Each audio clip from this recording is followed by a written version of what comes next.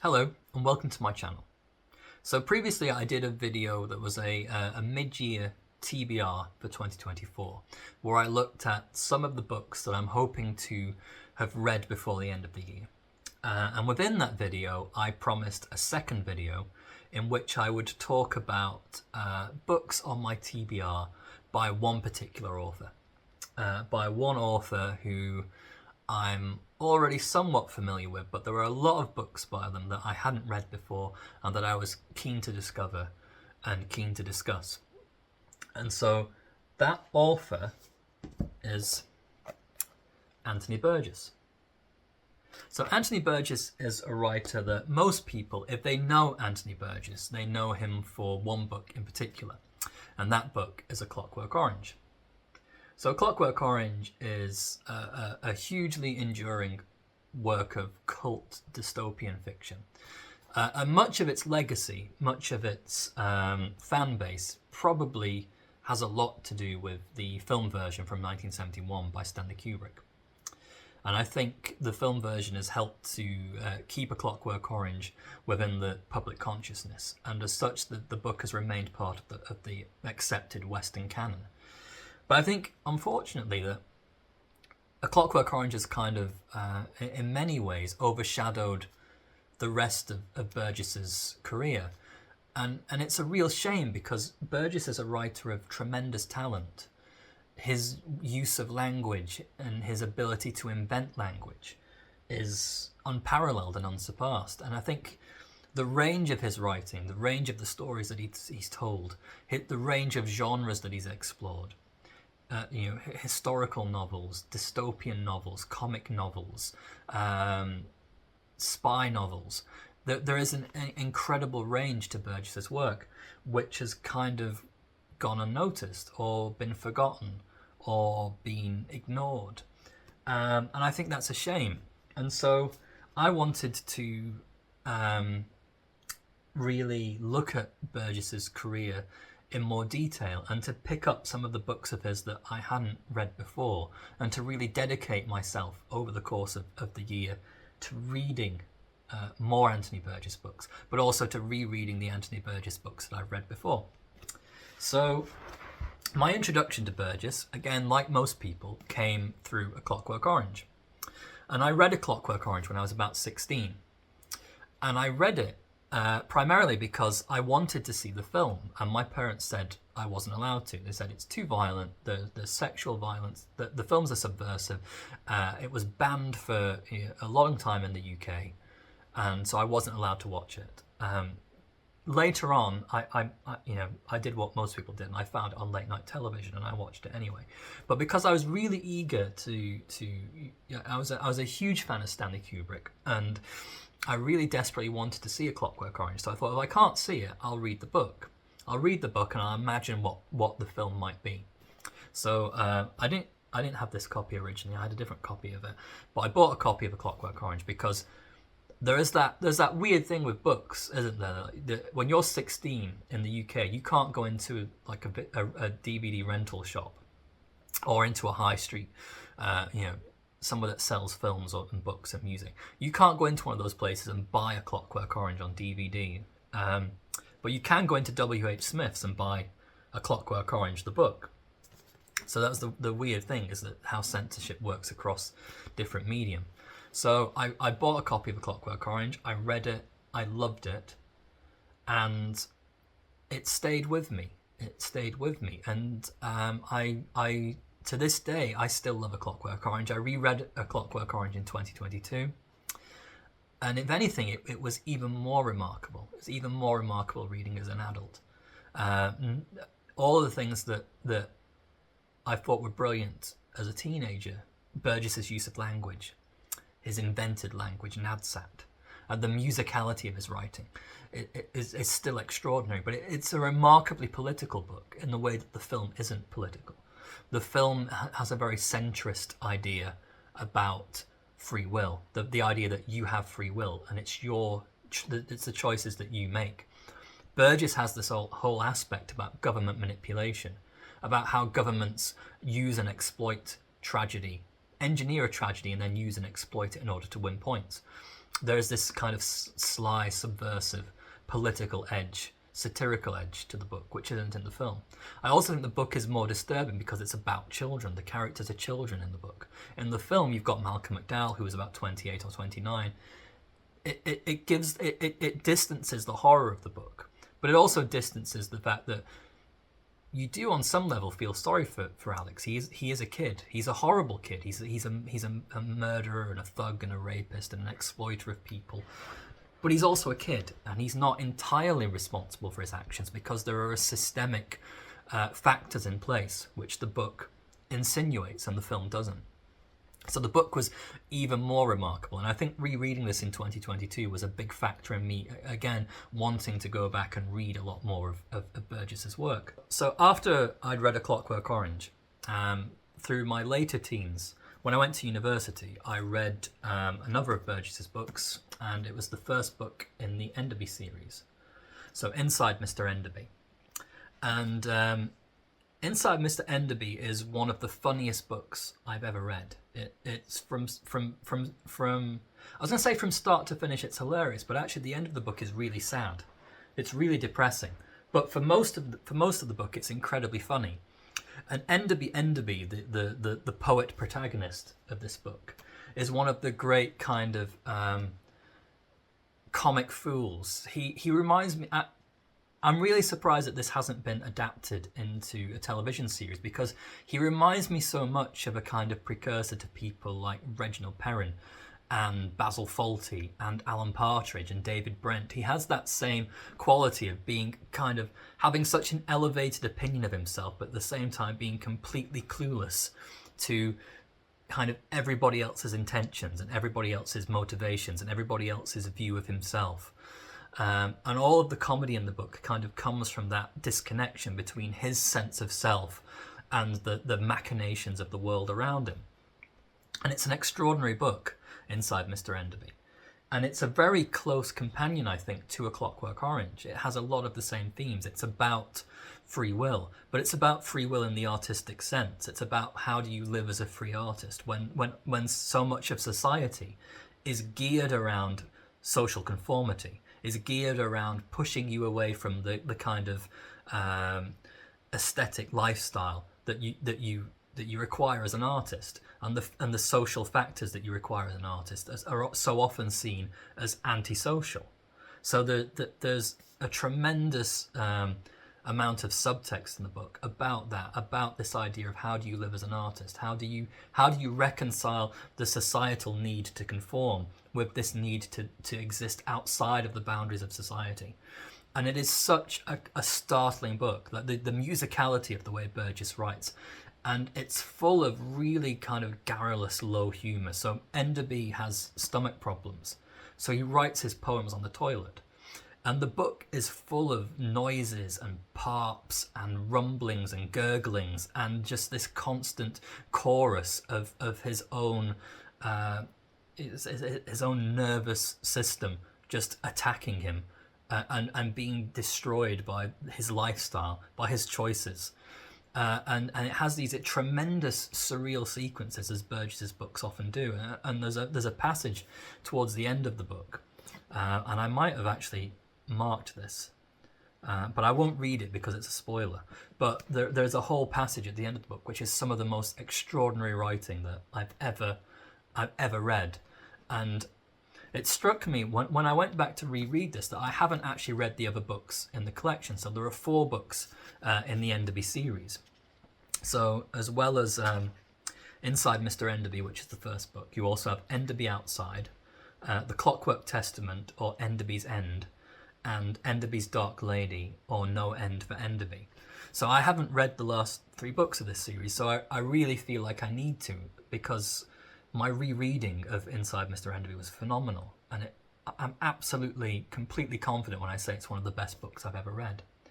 So after Inside Mr. Enderby, I read 1985, which is Burgess's riposte to 1984 by Orwell. And this takes essentially 2 forms. So it's partly an academic essay on 1984, an argument for and against 1984 by Orwell. And then it kind of transitions into Orwell's own deconstruction of 1984 that takes in the changes in society and the changes in politics that had occurred between Orwell writing 1984 in the 1940s and Burgess writing 1985 in the 1980s. And this is another book that I need to reread. But an excellent edition of this. I love the cover for this one. After that, I read this enormous book, which might be Burgess's masterpiece. And it's another one that I need to reread. And it's Earthly Powers. In the same vintage classics edition as Mr. Enderby. Again, I'm slightly put off because this is a huge commitment to come back to. But if I get through the other ones, the other books are quite slim, so if I get through those, I might come back to Earthly Powers, which again is potentially Burgess's masterpiece. A couple of years ago, I read The Wanting Seed, but not in this edition. I've actually got 2 copies of this. I forgot I had it and rebought it in this edition. And I had mixed feelings about this one. It's another dystopia. It's another Burgess dystopian novel, another satirical novel about sex and gender roles, and again, social conformity is a theme in this. But I had mixed feelings about it. But I'm curious. I think I might have misread it. I think I came into it sort of from a position of bad faith, and I didn't really give the book the benefit of the doubt. It's quite far out in some of its, some of the way it views what it thinks the future would be, and I kind of felt it was a bit dated in that aspect. So it's a book that I'm quite keen to go back to and try again. And then most recently, I read this book, Tremor of Intent, which I held up at the start of the video. And Tremor of Intent is Burgess's spy book, but it's not a spy book like you would imagine. Obviously, it's Anthony Burgess, so there's a twist to his conception of the spy novel.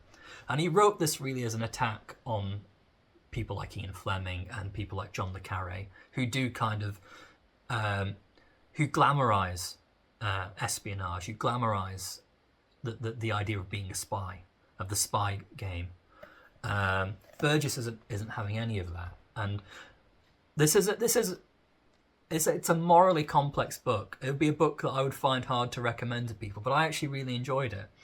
And again, as I said in my other video, I've tabbed quite a lot of the pages for this because it's got some extraordinary writing in it, and it's very surreal. But a lot of it is really bogged down with endless descriptions of people eating. It is obsessed with this idea of greed and gluttony and opulence, and that contrast between this spy who's on a cruise because he's going to a mission, and you go back in time to the sort of the background of how this mission came about, and it's odd because it's modelled on Joyce. It's a spy book that's modelled on Joyce, and it's full of references to James Joyce and the work of James Joyce, and it's full of really engaging discussions about fascism, discussions about anti-Semitism, and it's also this kind of lampoon of a conventional spy book or a conventional spy film. So when you think of James Bond is frequently depicted as kind of an aspirational figure. People aspire to be James Bond. There's that whole saying that, women want to be with him, men want to be him. Burgess's spy, nobody is ever going to want to be Dennis Hillier, Burgess's spy. Nobody will ever want to be him. He is a bumbling idiot. He is a thug, and he is an abuser of women and children. And Burgess has a lot of fun just creating this kind of monstrously pathetic character and setting him loose on this kind of adventure behind the Iron Curtain. So it's a morally complex book. It's hard to recommend, but I really enjoyed it.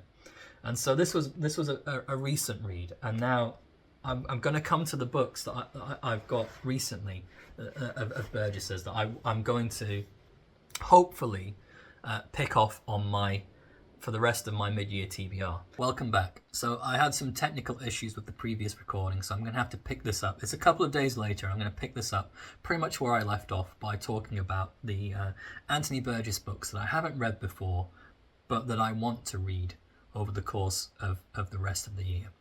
So we're going to start off with his first 3 books. And his first 3 books form the Malayan trilogy. So this is a book that I've been looking for recently. I've been looking for it online in all of the usual places that you look for secondhand books. I've been looking for this specific edition, and I wasn't having much luck. And then, just by happenstance, my mum came to visit, and so we took her out to a National Trust site for a day out. Basically to get have lunch and have a walk and see the sights. As part of that, we went into the secondhand bookshop. So most National Trust sites have secondhand bookshops. So we were in there just idly browsing, and I was browsing through the Bs, and I had no expectations of what to find. Had no expectations of what I might find in there. And then, lo and behold, as I was browsing the Bs, there it was, this exact copy of the Malayan trilogy by Anthony Burgess. The exact copy that I've been looking for several weeks. And it was there, just in a local National Trust second-hand bookshop. I managed to find this book. And I was so overjoyed. I was beaming for the rest of the day. I was so happy to have found this. I couldn't believe it. I couldn't believe that this was just in a National Trust second-hand bookshop, which is about 30 minutes away from where I live. And it was just one of those really strange things that I would have never expected to find. So I'm really looking forward to reading these. I haven't read any of I was going to say I haven't read any of Burgess's early books, but they're all early books in a way. He was incredibly prolific within the first sort of 10 years of his career. Most of the books I talked about in the previous part of this video were books from the early part of his career. But these were his first 3 books, and this collection contains... what does it contain? So his first novel, Time for a Tiger, his second novel, The Enemy in the Blanket, and his third novel, Beds in the East. And so the Malayan trilogy is described on this 1970s Penguin edition with cover art by Peter Bentley, and he's going to be a consistent artist for a lot of the books I'm going to go through today. So the famous trilogy wittily dissects the racial and social prejudices of post-war Malaya during the chaotic upheaval of independence. Through a succession of splendidly colourful characters, Anthony Burgess delineates the conflict and confusion arising from the almost enforced mingling of cultures. So already, I know this is a book from the 1950s. I know it's potentially going to be quite problematic in its politics, but I'm prepared for that. I'm prepared to meet the book on its own terms. I'm prepared to accept the fact that the book was written in a different time. And I know, as is evident from the books that we're going to go through next, Burgess can be quite a provocative writer. He can be quite an outrageous writer. And nonetheless, I'm really looking forward to reading these first 3 books by Anthony Burgess. So on the subject of being scandalous and being outrageous, we have another book by Anthony Burgess on my Burgess special TBR, and that is Beard's Roman Women. Now, the description on the back of this one is very much of its time, so take it with a pinch of salt. Take it the fact that it's meant to be challenging, it's meant to be provocative. So the blurb on the back begins, "Start to live again, meaning work a little and get laid a lot." Such was the advice proffered to recently widowed Ronald Beard. Physical desire nagging him, he finds it is not that simple. He cannot lay the ghost of his dead wife. She keeps telephoning. His new mistress deserts him to shoot pictures in the Middle East, and Beard is left to face a gin-sodden friend, a former mistress, and 4 female rapists who play hell with his virility. After a series of surreal deaths and entrances, Ronald Beard is sure of only one thing: death is crap. So next on my Burgess TBR, we have another Penguin edition from the 1970s. We have another cover design by Peter Bentley, and it's Burgess's Russian novel, Honey for the Bears. So the description on the back of this book explains, Honey for the Bears is an Anglo-Russian comedy which takes one via laughter into the heart of the Cold War world of mutual love-hate and incomprehension. To Leningrad sail Paul Hussey, Pavel Ivanovich Gussie to his hosts, an antique dealer from Sussex, and his American wife Belinda. Paul is trying to raise some money by selling illegally drill-in dresses to people rich in cosmonauts but poor in consumer goods. But the logic of Soviet economics proves more dangerous than he had thought possible. Moreover, Leningrad turns out to be a city in which daylight dawns in the middle of the night. Paul learns some unnerving truths about his own sexual nature and that of his wife, who is by now giving the keenest attention to the state medical service. So that's Honey for the Birds. Really, really bizarre cover for that one. Really strange. But another one that I'm really looking forward to reading. Next is another bizarre, provocative Anthony Burgess novel with another 1970s penguin with a cover by Peter Bentley, and it is Burgess's MF. And such a bizarre cover on this one. It's really wild. So the description on the back of this book. The situation, as far as I'm concerned, says the young narrator hero of MF, is an interesting one.